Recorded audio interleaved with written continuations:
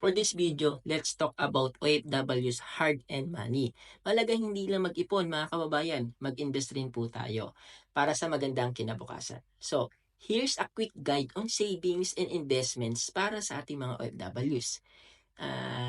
Yan. Number one, sa savings dapat mag-build tayo ng emergency fund. Ang aim niya is yung 3 to 6 months of living expenses to cover unexpected costs.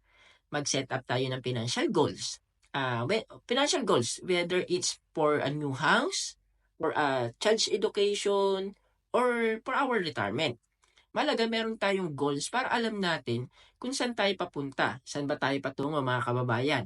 It will help us stay on track dun sa mga priorities natin. Sa pagbabudget natin, dapat nakaset up na yung savings account. So, pag na-receive natin ng pera, automatic, meron nakalaan